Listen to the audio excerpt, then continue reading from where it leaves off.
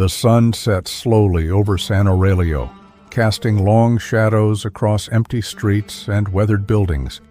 Time seems to move differently here, reluctantly, as if burdened by memories too heavy to carry forward. This quiet village in rural America holds its secrets close. Abandoned storefronts stare blankly at passers-by. Faded signage creaks in the breeze. The local diner serves coffee to the same aging patrons who have gathered there for decades, their conversations always carefully steering around certain topics, certain dates. One date in particular, July 16th, 1975. That sultry summer night changed San Aurelio forever. 9 men, brothers of faith, seekers of truth, vanished without warning, without trace. The Capuchin monks who had become fixtures in this isolated community simply ceased to exist, as if the earth itself had swallowed them whole. Their disappearance left a wound in San Aurelio that never truly healed, a collective trauma that transformed a once vibrant village into a hollow shell of itself, forever haunted by questions without answers. Before we dive into this chilling mystery, comment where you're watching from. If you're new here, join our Last Seen Stories community by subscribing to follow more unsolved disappearances like this one. This is the story of 9 Capuchin monks who vanished without trace in 1975, and the shocking discovery made 15 years later. A discovery that would unearth secrets some believed were better left buried beneath the forest floor. In 1975, San Aurelio existed in comfortable isolation from the turbulent outside world. Nixon had resigned the previous year. The Vietnam War was ending. America was changing rapidly, but change came slowly to villages like this. Nestled among rolling cornfields with a population barely exceeding 800, San Aurelio was defined by its faith. The white steeple of St. Catherine's Church dominated the modest skyline, and Sunday services were attended with unwavering dedication. Children were taught to respect their elders, neighbors knew one another's business, and strangers were regarded with polite suspicion. 3 miles outside the village proper, accessible by a winding dirt road that disappeared into dense woodland, stood the monastery. It wasn't grand, a simple 2-story structure of stone and timber with a small adjacent chapel. Its rustic simplicity reflected the austere lifestyle of its inhabitants. The monastery housed 9 Capuchin monks who had arrived in San Aurelio 5 years earlier. Their order, founded in the 16th century as a reform movement within the Franciscans, was known for its strict observance of poverty and contemplative lifestyle. They wore the traditional brown habits tied with white cords, maintained the distinctive tonsured haircut, and grew modest beards. Brother Aldrich, at 73, led the small community. Stooped but sharp-minded, he had spent 50 years in monastic service. His hands, perpetually stained with ink, betrayed his passion for manuscript preservation. Locals described his voice as gentle thunder, soft but commanding respect. Brother Lucian, 65, served as the monastery's scholar and record-keeper. With wire-rimmed glasses perched on his nose, he maintained meticulous journals documenting everything from weather patterns to theological observations. Formerly a university professor, he'd abandoned academia for monastic life after a personal crisis of faith. Brother Garrett, 58, transformed the monastery grounds into productive gardens. His knowledge of plants bordered on supernatural. Villagers swore his tomatoes grew twice as large as anyone else's. His calloused hands moved with surprising gentleness among his beloved flora. Brother Orlando, 45, brought music to the monastery. His rich baritone led their Gregorian chants, and he taught piano to village children on Saturdays. Few knew of his previous life as a jazz musician in Chicago, or the addiction he'd overcome through faith. Brother Dominic, merely 26, was the youngest. His cherubic face and enthusiastic devotion endeared him to the community. He'd arrived just 6 months before the disappearance, still adjusting to monastic discipline after a sheltered upbringing in Boston. Brother Soren, 52, spoke rarely but worked tirelessly. His military bearing, ramrod straight posture, and meticulously organized habits hinted at his previous life as a Korean War veteran. He supervised building repairs and kept the monastery functioning efficiently. Brother Ignatius, 61, spent his evenings studying the stars. His small observatory on the monastery roof housed a modest telescope through which he tracked celestial movements with obsessive precision. His notebooks contained complex calculations alongside theological musings. Brother Pius, 48, served as healer. His knowledge of medicinal herbs complemented his formal nursing training, making him the first call for minor ailments before villagers would travel to the doctor in the next town. His gentle humor made bitter medicines easier to swallow. Brother Antoine, 54, created culinary miracles from humble ingredients. The French-born former chef had cooked in Parisian restaurants before his conversion.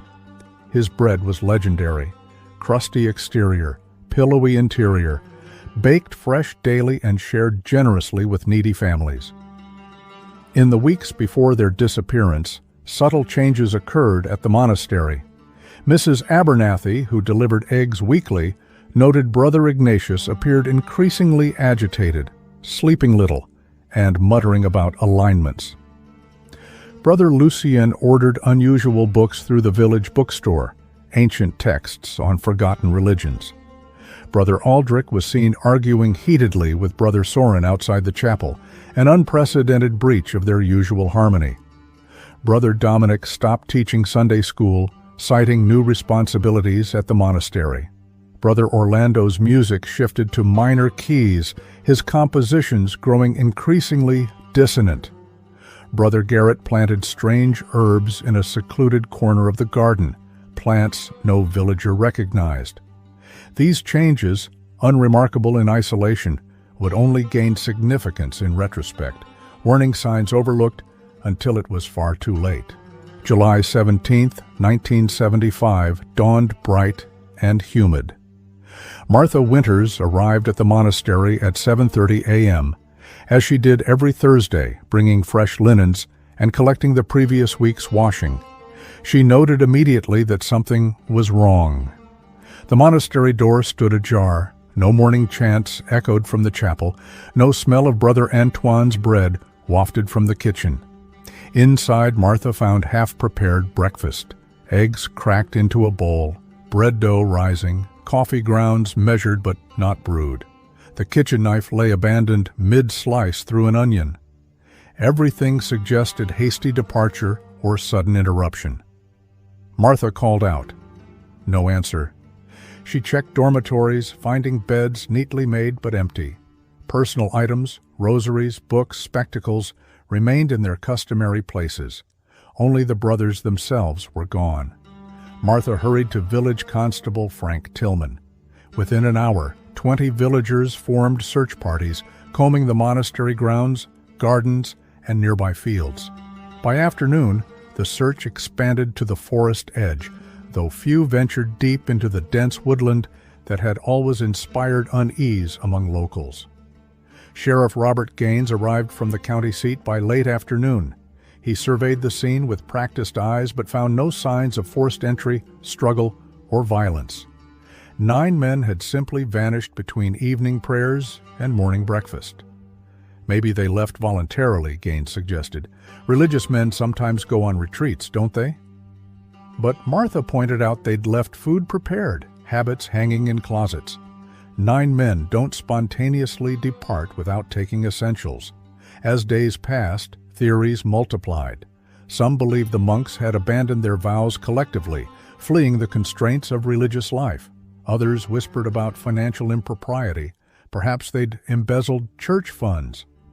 A few elderly residents muttered about the forest's dark history, how it had taken others before.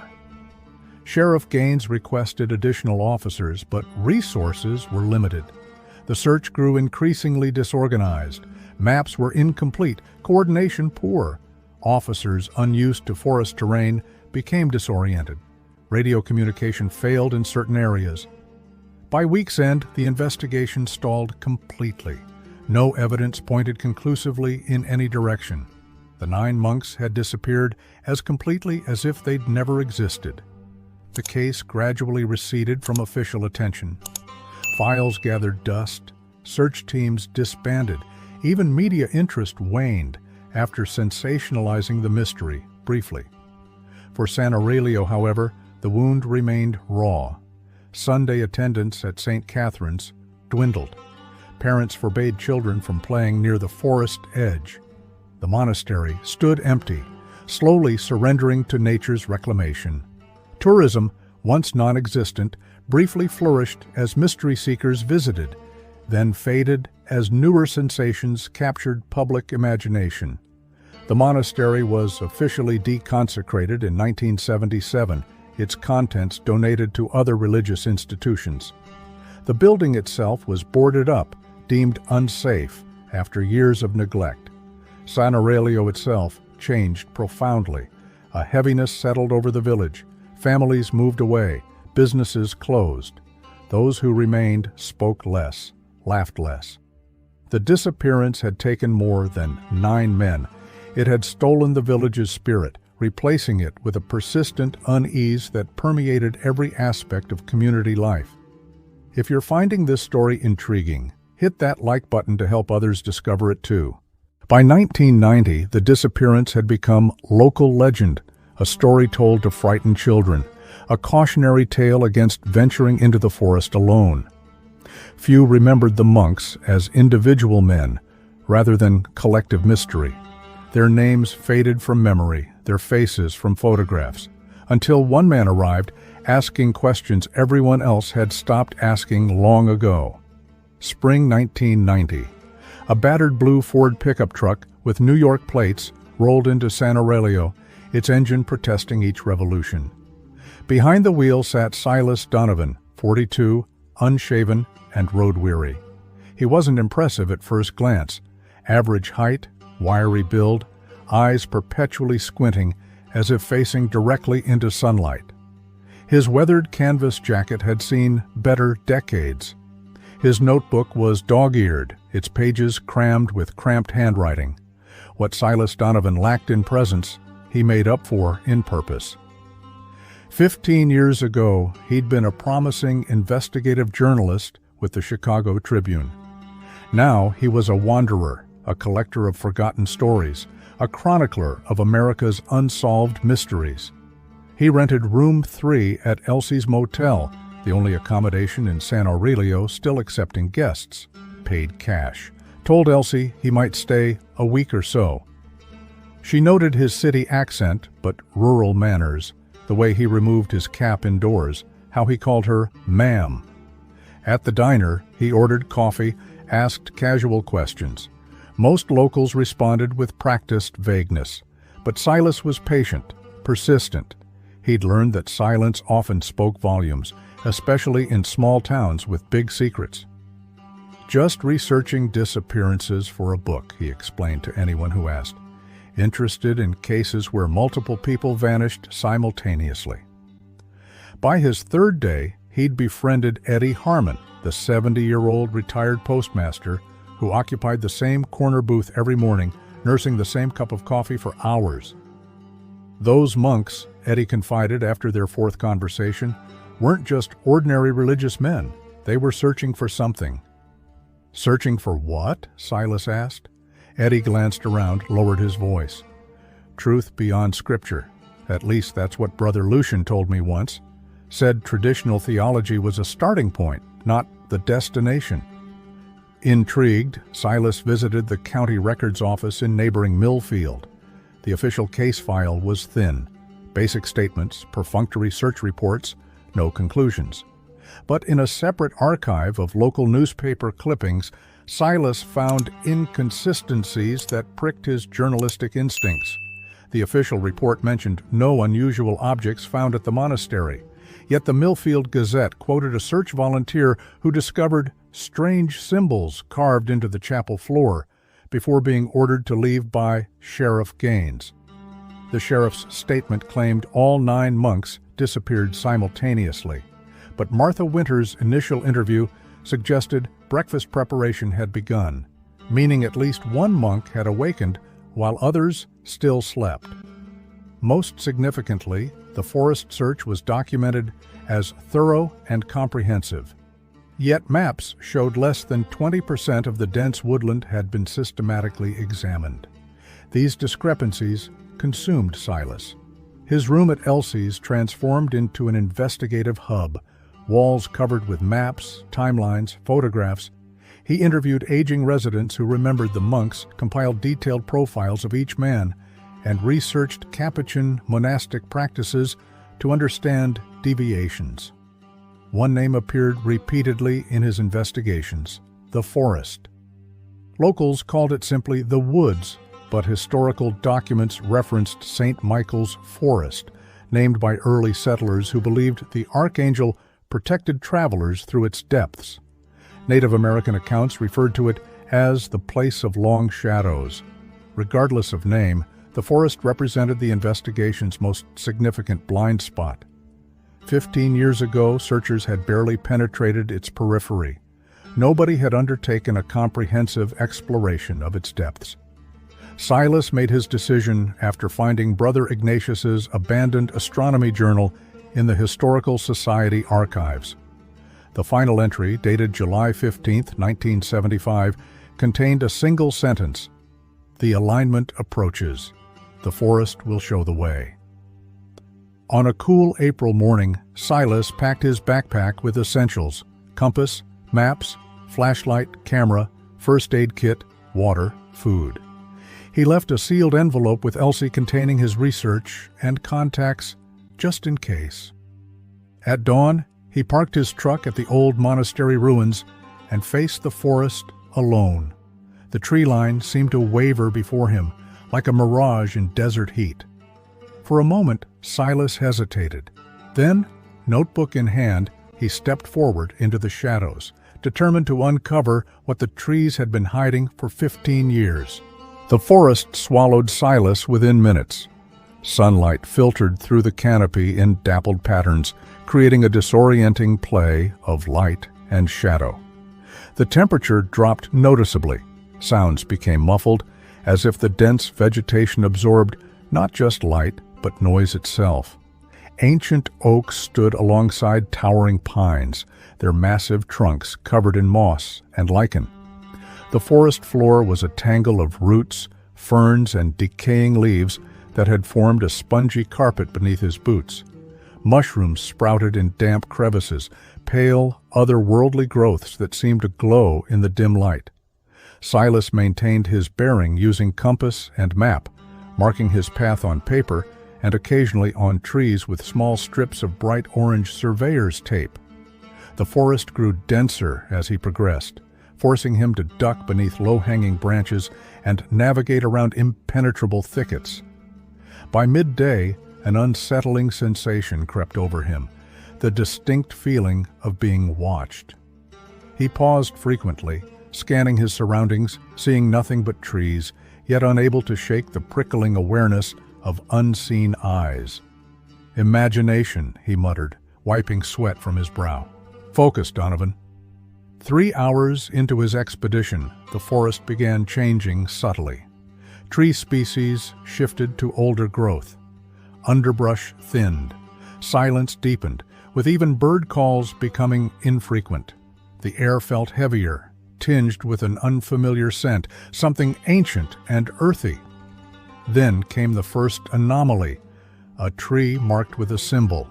3 vertical lines crossed by one horizontal, carved deeply into the bark. The cutting had aged, edges roughened by years of weather, but remained distinctly man-made. Silas photographed it, noted its location. Within 20 minutes, he found another similar marking, then another. They formed a rough path deeper into the forest.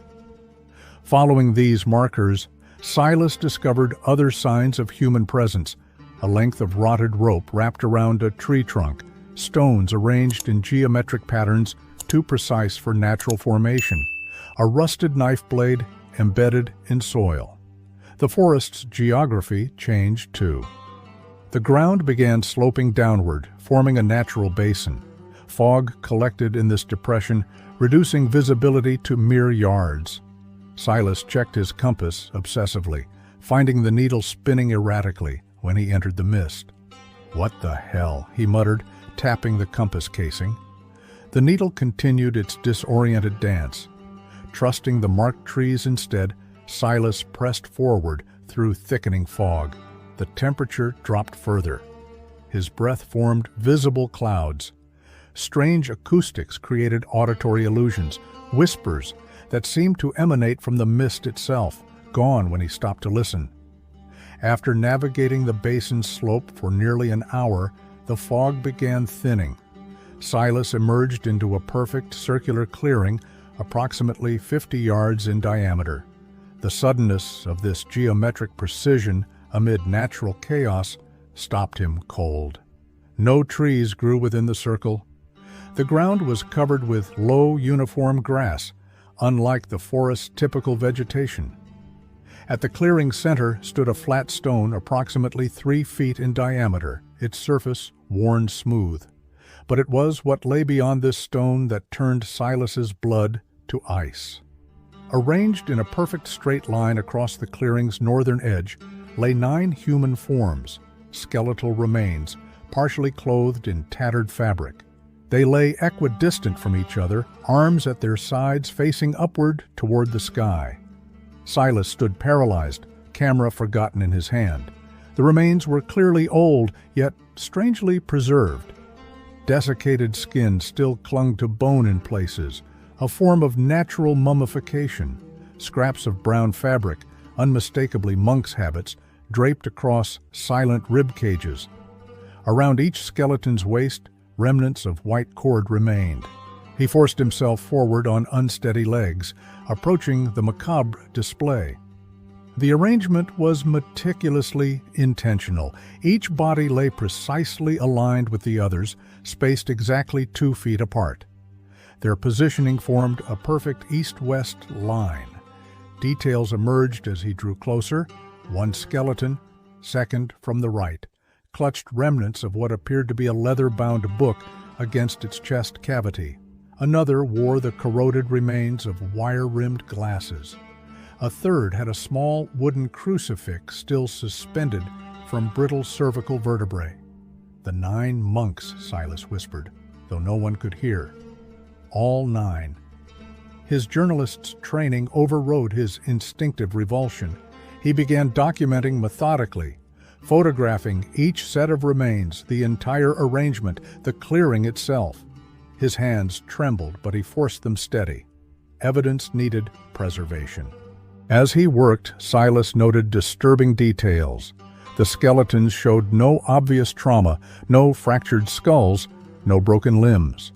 Around their final resting places, the grass grew in distinctive patterns, darker, more vibrant in circular formations surrounding each body. Most significantly, their arrangement suggested ritualistic purpose. The 9 formed a straight line, pointing precisely toward the stone altar at the clearing's center. Their positions corresponded to something deliberate, something planned. These men hadn't stumbled here accidentally, hadn't died from exposure or animal attack. Something else had happened in this clearing, something orchestrated, deliberate, ceremonial. As shadows lengthened, Silas reluctantly prepared to leave, knowing he needed to report his discovery before darkness trapped him in the forest. He took final photographs, careful measurements, detailed notes. Before departing, he stood silently before the 9, removing his cap in a gesture of respect. Whatever had transpired here, these men deserved acknowledgement of their humanity, recognition that they had lived, served, and somehow died together in this hidden place. With fading light urgently pressing him onward, Silas retraced his steps through the forest, mind racing with questions that the silent sentinels behind him could no longer answer. Sheriff Daniel Cooper was skeptical, to put it mildly. "Let me get this straight," he said, leaning back in his creaking office chair. "You went wandering in those woods alone and just happened to find 9 bodies that dozens of searchers couldn't locate 15 years ago?" Silas placed his developed photographs on Cooper's desk without comment. The sheriff's expression shifted from doubt to shock as he examined the images, clear shots of skeletal remains arranged in their unnatural formation. "Jesus Christ," Cooper muttered, reaching for his phone. "These are real? You didn't stage this?" "I'm a writer, not a grave robber," Silas replied evenly. "Those remains match the description of 9 Capuchin monks who disappeared from San Aurelio in 1975. I can take you there." Within hours, the sleepy sheriff's office transformed into an operational center. Cooper contacted the state police, who dispatched forensic specialists. County officials arrived. Even FBI representation was requested, given the unusual nature of the discovery. The following morning, a procession of vehicles parked near the old monastery ruins. Silas led a team including Cooper, 2 state police officers, a forensic anthropologist named Dr. Helen Reeves, and several deputies through the forest. The journey that had taken him most of a day was completed in 3 hours with his guidance. The clearing appeared unchanged, 9 skeletons still aligned in their perfect row. Dr. Reeves immediately established a perimeter directing the systematic documentation of the scene. "Remarkable preservation," she noted, kneeling beside one set of remains. This environment created natural mummification, low bacterial activity, consistent cool temperatures, possible antimicrobial properties in the soil. The forensic team worked methodically throughout the day, photographing, measuring, collecting samples. Each skeleton was assigned a number, though Silas mentally referred to them by the names he'd researched, seeing Brother Aldrich in the central figure, Brother Dominic in the smallest frame. "They died where they lay," Dr. Reeves concluded by late afternoon. "No evidence they were moved after death. No animal disturbance either, which is highly unusual for forest remains." Sheriff Cooper paced the clearing's perimeter, visibly disturbed. "Who arranges themselves in a line to die? This isn't natural." "Exactly," Silas agreed. "This was deliberate, ritual." As word spread about the discovery, media descended on San Aurelio. Satellite trucks parked along Main Street. Reporters interviewed reluctant locals. National news broadcasts featured the story prominently. Mystery of the vanished monks solved after 15 years. This case only gets more disturbing from here. Subscribe now and hit the notification bell so you won't miss part 2 of this chilling story. Within the village, reactions varied dramatically. Some expressed relief that the mystery was finally resolved. Others appeared troubled by the reopening of old wounds. A few elderly residents refused to discuss the discovery entirely, crossing themselves when questioned. Martha Winters, now in her 70s, wept openly when told the monks had been found.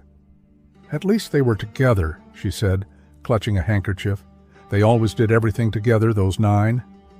By the 3rd day, forensic teams had constructed a full-field laboratory at the site. Each skeleton was carefully exhumed for transport to the state facility. The clearing itself became the focus of intense scientific scrutiny. Soil samples, botanical analysis, geomagnetic readings. During the excavation process, additional discoveries deepened the mystery. Beneath each body, investigators found small pouches containing herbs, crystals, and what appeared to be personal tokens. More significantly, the central stone altar yielded writing when examined under specialized lighting. Inscriptions in Latin, Greek, and another language experts couldn't immediately identify. But the most important discovery was made as technicians prepared to remove the remains identified as Brother Lucian. The journal Silas had observed clutched against the skeletal chest was carefully extracted from desiccated fingers. Its leather cover had protected the contents remarkably well. Though damaged by time and elements, many pages remained legible, a first-hand account that might finally explain what brought 9 men to arrange themselves in death's embrace within a perfect forest clearing. The journal was transported to a specialized facility where conservators painstakingly separated fused pages, stabilized fragile paper, and photographed each legible entry. Dr. Eleanor Walsh, an expert in medieval manuscripts, supervised the process while Silas observed.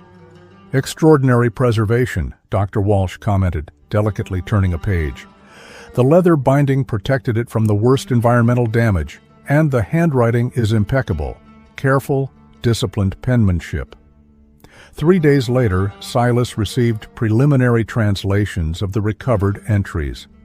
What emerged was a disturbing chronicle that transformed understanding of the monk's disappearance entirely.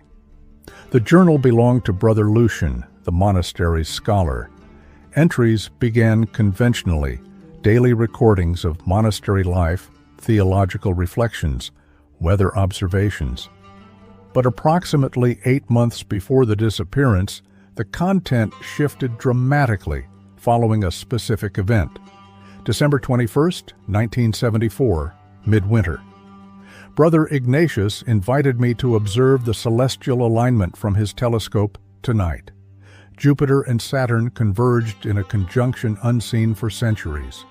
As we watched, Brother Ignatius mentioned that the previous such alignment coincided with ancient rituals practiced in this region long before Christian settlement. His comments piqued my curiosity about pre-Christian observances. Perhaps understanding these earlier traditions might deepen our appreciation of how divine truth manifests across cultures.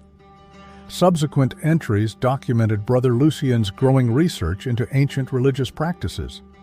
He mentioned acquiring rare texts through university contacts, books with titles like Primitive Devotional Practices of Pre-Colonial America, and Astronomical Alignments in Religious Ceremonies. By February 1975, the journal's tone darkened noticeably. February 12, 1975. Brother Aldrich has expressed concern about my research directions. He does not understand that all spiritual paths ultimately seek the same divine truth. Today I ventured into the forest alone, following directions from the Haudenosaunee text. Found the clearing exactly as described. The energy there is palpable. Something about that space amplifies contemplation, clarifies thought. Spent hours in meditation and returned with greater certainty than ever before. There are older truths buried beneath our traditions. Further entries revealed that Brother Lucien gradually involved others in his explorations. First, Brother Ignatius, whose astronomical observations aligned with Brother Lucien's research. Then Brother Orlando, who began composing chants based on ancient harmonic principles rather than traditional Gregorian structures. April 4th, 1975. Brother Garrett has joined our discussions. His knowledge of plant properties proves invaluable. He identified several species mentioned in the texts growing within the forest itself, living connections to ancient practices. He has begun cultivating certain specimens in a secluded garden plot. May 17, 1975. Brothers Soren and Pius now participate in our evening gatherings. Brother Soren initially resistant, but experienced profound vision during forest meditation. Brother Pius interested in healing properties described in ancient texts. Brother Aldrich remains skeptical, but no longer actively opposes our explorations. He watches, evaluates. June 2nd, 1975. Brother Antoine and Brother Dominic completed our circle today. 9 of us now, the sacred number described in the texts. The convergence cannot be coincidental. We have been drawn together for purpose greater than individual awareness. As summer progressed, entries became increasingly esoteric. References to the awakening appeared repeatedly. Detailed descriptions of ceremonies conducted in the forest clearing included unfamiliar terminology and concepts. June 21, 1975. Summer solstice ceremony exceeded all expectations. The formation of 9 around the altar stone, aligned precisely with astronomical coordinates, generated energy unlike anything previously experienced.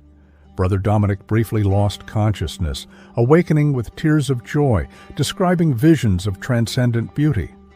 Brother Aldrich finally understands he felt it too.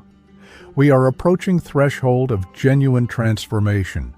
The journal's final entries grew more disturbing, suggesting mounting tension between conventional religious devotion and whatever alternative practice the monks had embraced. July 10, 1975. Preparations accelerate. Brother Garrett's special cultivation ready for harvest. Brother Orlando has composed the 9-voice harmony that will accompany our transition. Brother Ignatius confirms celestial alignments reach perfect conjunction on July 16th. We vacillate between exhilaration and terror. What we contemplate has not been attempted for centuries. Are we truly worthy? July 15th, 1975. Last entry before our great work. Tomorrow night, we 9 will enter the clearing for final time. The sacrifice is tremendous, but so is potential transformation. If successful, we transcend physical limitations, achieve direct communion with divine energies that predate all religious formulations. If we fail, no, I must maintain absolute conviction. Fear introduces disharmony. Brother Aldrich reminds us that throughout history, spiritual pioneers faced persecution from those bound to conventional understanding. Our actions will one day be recognized as profound devotion, not heresy. We go forward together, 9 as one, into mystery beyond ordinary conception. The journal ended there. No description of the final ceremony. No explanation of exactly what transpired in the forest clearing on July 16, 1975. Dr. Walsh arranged consultation with religious historians specializing in obscure sects and practices. Dr. Samuel Kaplan from Columbia University reviewed the journal contents and provided disturbing context. What you're seeing here, Dr. Kaplan explained during a conference call, appears to be syncretism, the blending of different religious practices taken to extreme levels. Brother Lucian incorporated elements from Native American spirituality, medieval mysticism, and Eastern meditative practices into a hybrid ceremony apparently designed to achieve direct spiritual transcendence. Are you suggesting they committed ritualistic suicide? Sheriff Cooper asked bluntly. I wouldn't use that terminology, Doctor, Kaplan replied carefully. Based on the journal, they viewed their actions as transformation rather than termination, a shedding of physical form to achieve higher spiritual existence. This concept exists in various traditions, though rarely implemented literally. Further investigation revealed additional context. Among Brother Ignatius's possessions preserved in the Historical Society were astronomical calculations predicting unusual planetary alignments on July 16, 1975. Brother Garrett's gardening records included cultivation of plants with documented psychoactive properties. Brother Aldrich had withdrawn a significant sum from the monastery's account a week before the disappearance, funds used to purchase items listed in the journal as ceremonial requirements. The pieces formed a disturbing picture, 9 monks gradually drawn from conventional religious practice into exploration of ancient mystical traditions, ultimately participating in a ceremony they believed would transcend physical existence, a ceremony that instead brought 9 deaths in perfect formation beneath the forest canopy. Dr. Helen Reeves's forensic findings supported the emerging narrative while adding crucial details. Toxicology tests on tissue samples revealed presence of multiple plant-derived compounds, some with known hallucinogenic properties, others with sedative effects.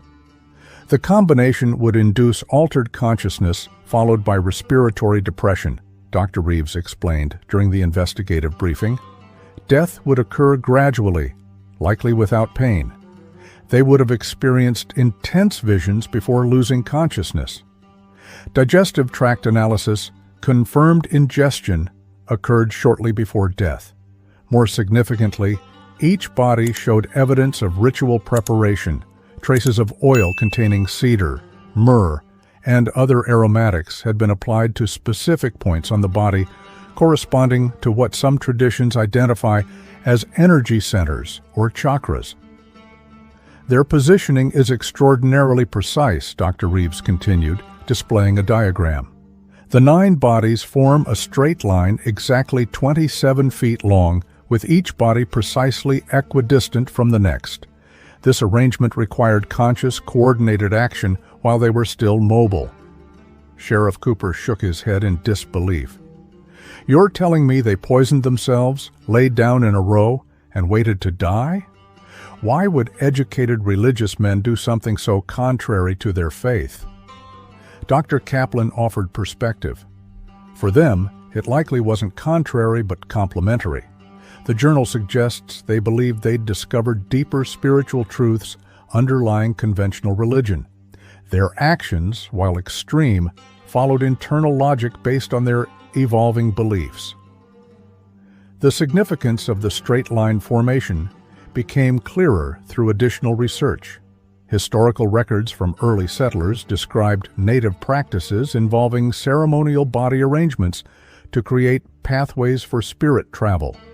Several ancient traditions represented transcendence as linear progression from physical to spiritual realms. Astronomical analysis revealed another layer of meaning.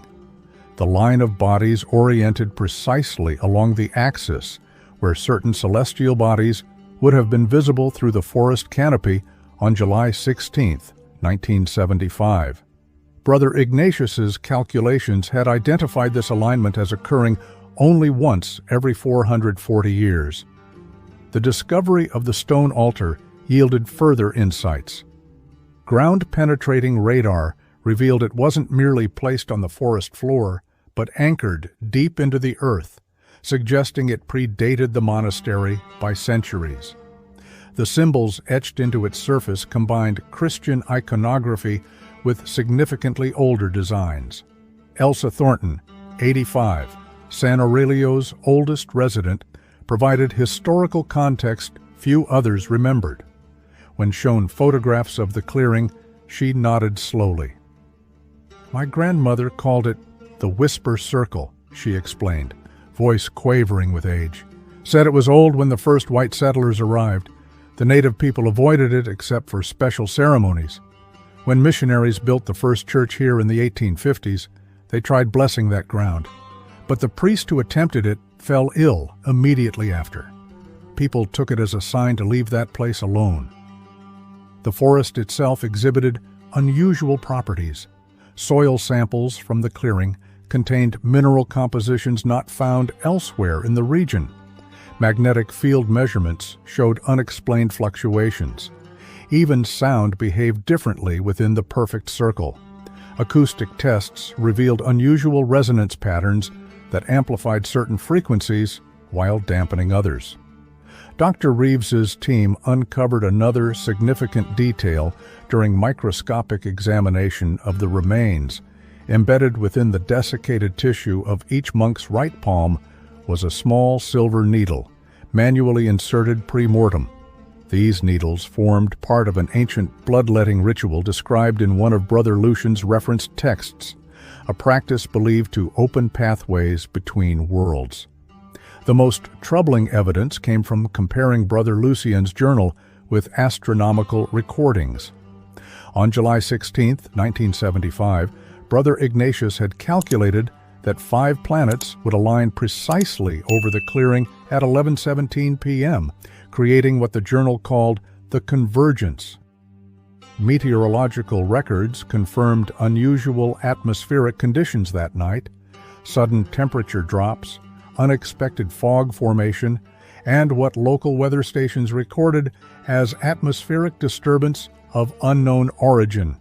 What emerged was a picture of 9 men who had gradually synthesized Christian monasticism with ancient practices into something entirely their own.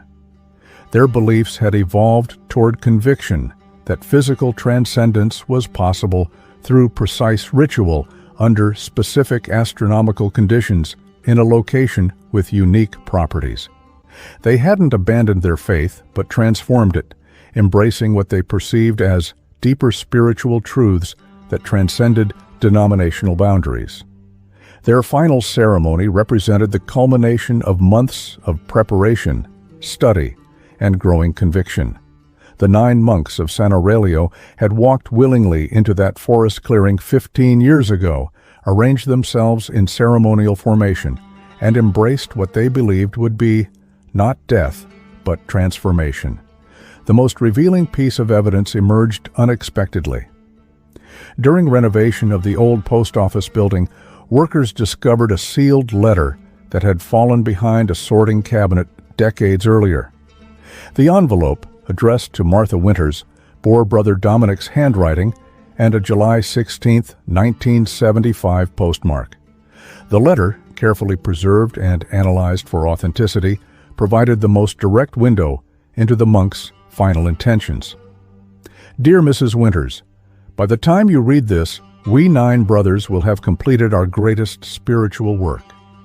I write to you specifically because your kindness to me since my arrival has been a true blessing, and I cannot bear the thought of you suffering unnecessary worry over our absence. What we undertake tonight is not abandonment of our faith, but its ultimate fulfillment. Through Brother Lucian's scholarship and Brother Ignatius's celestial observations, we have discovered that the divine truth exists in forms more ancient and direct than conventional religion acknowledges. The forest clearing, situated precisely where celestial energies converge with terrestrial power, offers a gateway few have recognized throughout history. Tonight's astronomical alignment occurs once every 440 years. The 9 of us, through ceremonial preparation and absolute spiritual unity, will attempt what monks in this region tried unsuccessfully in 1535. Transcendence from physical form directly into spiritual existence. Their failure resulted from incomplete knowledge and insufficient preparation. We have corrected their miscalculations. I understand this explanation may provide little comfort. Many will condemn our actions as contrary to church teaching. Others will dismiss us as deluded. But we 9 have experienced glimpses of transcendent reality during our preliminary ceremonies that leave no doubt about the truth of our path. Brother Aldrich, initially the most skeptical, now leads us with complete conviction. Brother Lucien has translated ancient texts revealing the precise methods required. Brother Garrett has cultivated the sacred plants that will open our perception. Brothers Orlando, Soren, Pius, Ignatius, Antoine, and myself complete the 9-pointed formation necessary for the energy configuration. Please know that we undertake this transition joyfully, with full awareness and complete unity of purpose. We do not consider it death, but transformation, shedding physical limitations to embrace divine reality directly. I ask only that you remember us with kindness and pray for our successful passage. With eternal gratitude, Brother Dominic. This letter, combined with forensic evidence and journal contents, allowed investigators to reconstruct the monks' final hours with reasonable certainty. On July 16, 1975, after evening prayers, the 9 monks gathered their ceremonial materials and walked together into the forest. They brought specific items documented in Brother Lucien's journal: ceremonial goblets, specially prepared herbal compounds, silver needles, oils for anointing. Upon reaching the clearing, they arranged themselves around the central altar stone, where Brother Orlando likely led them in the specialized 9-voice harmonic chant developed for the ceremony. Brother Garrett would have prepared the herbal mixture. a combination of psychoactive plants with sedative properties. At a precise astronomical moment, 11:17 p.m. according to Brother Ignatius's calculations, they consumed the mixture from their individual goblets. The initial effects would have included intense visionary experiences, followed by gradual loss of motor coordination. During this period of altered consciousness, they arranged themselves in the ceremonial line formation, equidistant from one another, aligned with the specific celestial trajectory visible through the forest canopy. Brother Aldrich, as leader, likely directed this formation before the sedative effects made movement impossible. Each monk placed his right palm downward on the earth, the small silver needle previously embedded, drawing the ceremonial drop of blood meant to open the gateway between physical and spiritual realms. As respiratory depression progressed, consciousness would have faded gradually. Their final moments likely included visions consistent with their expectations, experiences they would have interpreted as successful transcendence rather than approaching death.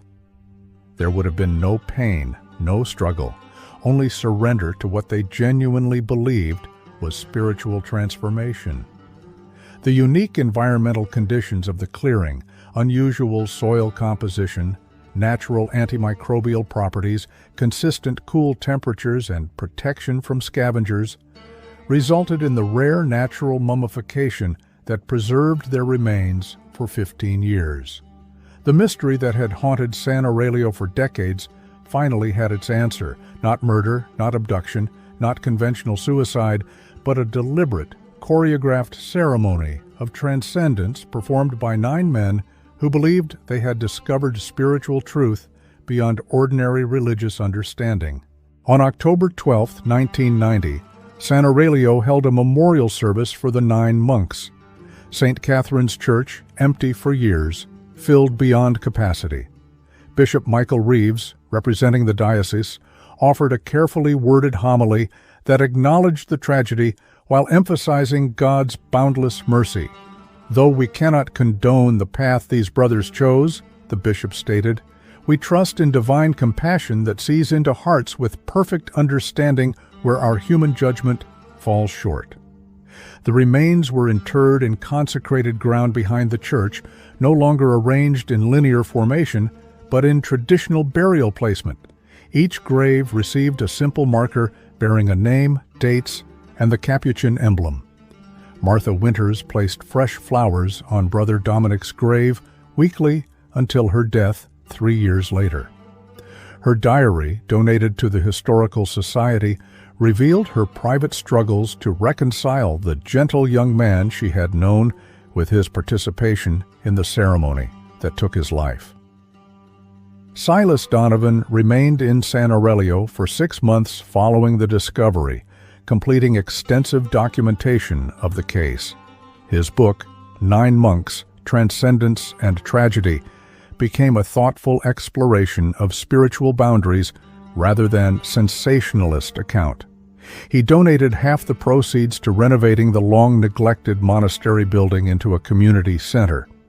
The clearing itself became subject of scientific interest. Researchers documented its unusual properties: electromagnetic anomalies, distinctive flora, unique acoustics. Some proposed natural explanations for phenomena the monks had interpreted as supernatural. Others acknowledged that science still couldn't fully explain the location's distinctive characteristics. The Catholic Church conducted its own investigation, eventually issuing a statement characterizing the monks' actions as tragic example of sincere faith misdirected through unorthodox interpretations and influences outside Christian tradition.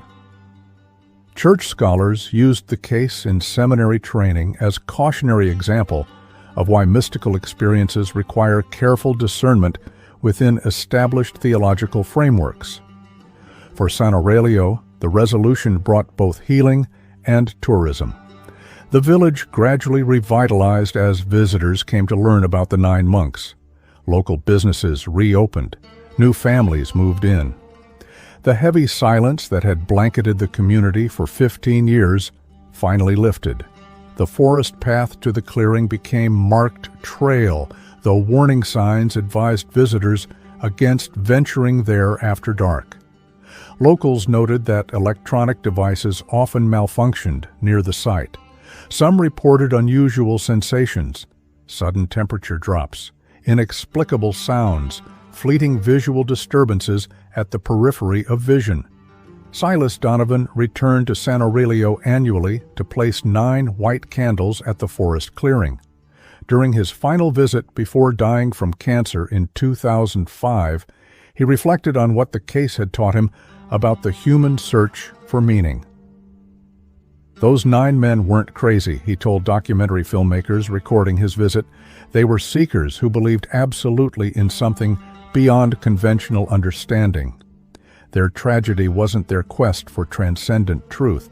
It was their certainty that they had found it, and the lengths to which that certainty led them. Today, San Aurelio remembers its 9 monks with complexity, as men of faith who strayed into dangerous territory, as victims of their own spiritual certainty, as humans who sought ultimate truth through means that ultimately destroyed them. Their story raises profound questions about the boundaries between devotion and delusion, between spiritual exploration and dangerous extremism. In the forest clearing where 9 men once arranged themselves in perfect formation beneath the stars, visitors sometimes report unusual peace and clarity of thought. Others experience inexplicable anxiety that drives them quickly back to marked trails. The clearing remains, as it has for centuries, a perfect circle within tangled forest, its secrets still not fully surrendered to human understanding. This has been one of our most disturbing investigations. If you found this story compelling, please like, share, and subscribe to Last Seen Stories for more unsolved mysteries. What do you think happened to the monks? Was it truly a ritual suicide or something else? Share your theories in the comments below.